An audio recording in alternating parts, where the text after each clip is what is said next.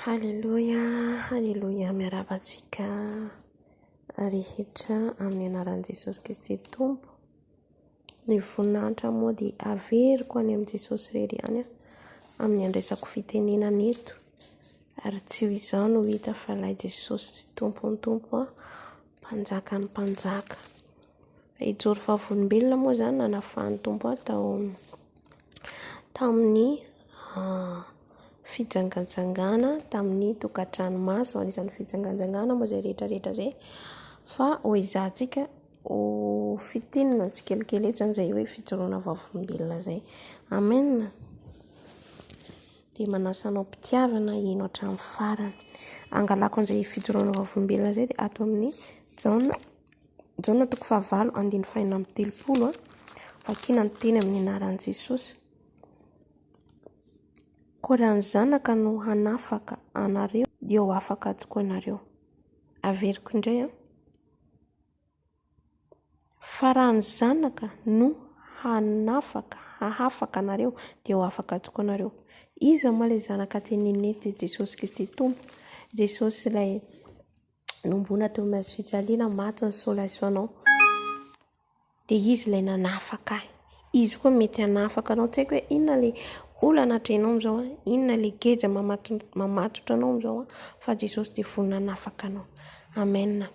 Tamin'ny taona 2019, izaho moa février 2019 nandray an'i Jesosy, fa talohan'izay izany tena niaina tao anatin'ny tama be dia be ny malala raha mahafantatra niaina tamin'ny fijangajangana fivarotantena, ary tsy mahamenatra azy izany fa ho fanomezako voninahitra n'ilay mpanjaka ny mpanjaka.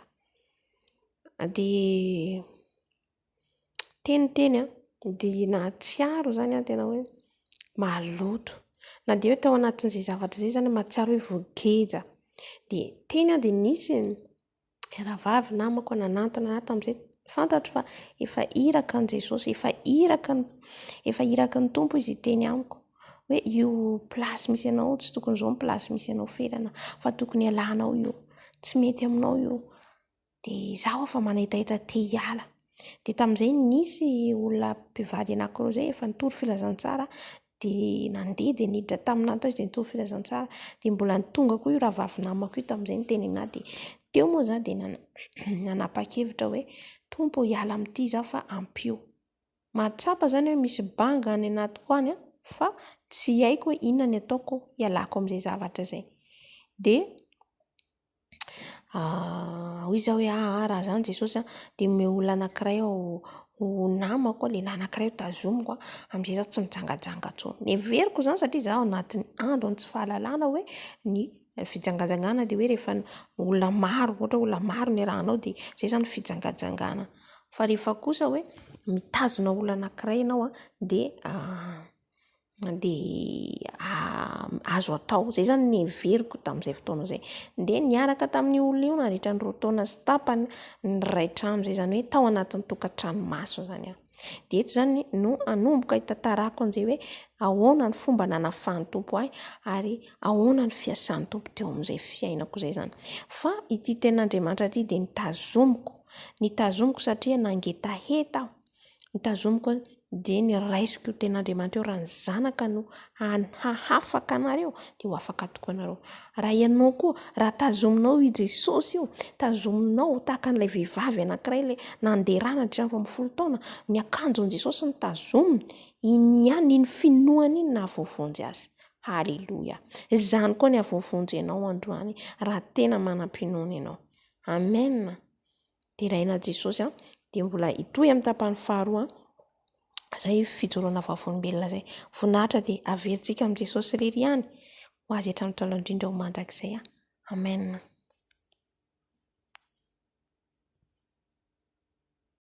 Dia mbola mitohy moa izay fijoroana vavolombelona izay zaraiko aminao izay dia teny moa izany dia nialako daholo ny fiarako tamin'ny lehilahy maro isan-karazany. Dia izaho moa anisan'ny sotro toaka koa tao anatin'izany fifohana zava-mahadomelina, fokan'izay hoe argile izay. Aty ivelany aty manko misy an'izay anarana hoe argile izay, dia izay no fohako ary tiako be io zavatra io.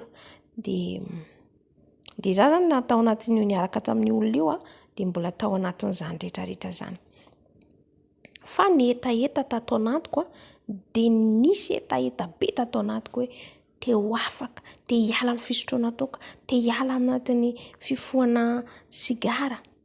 Tena hoe nanaetaeta zany aho hoe hiala amin'izay zavatra rehetrarehetra zay.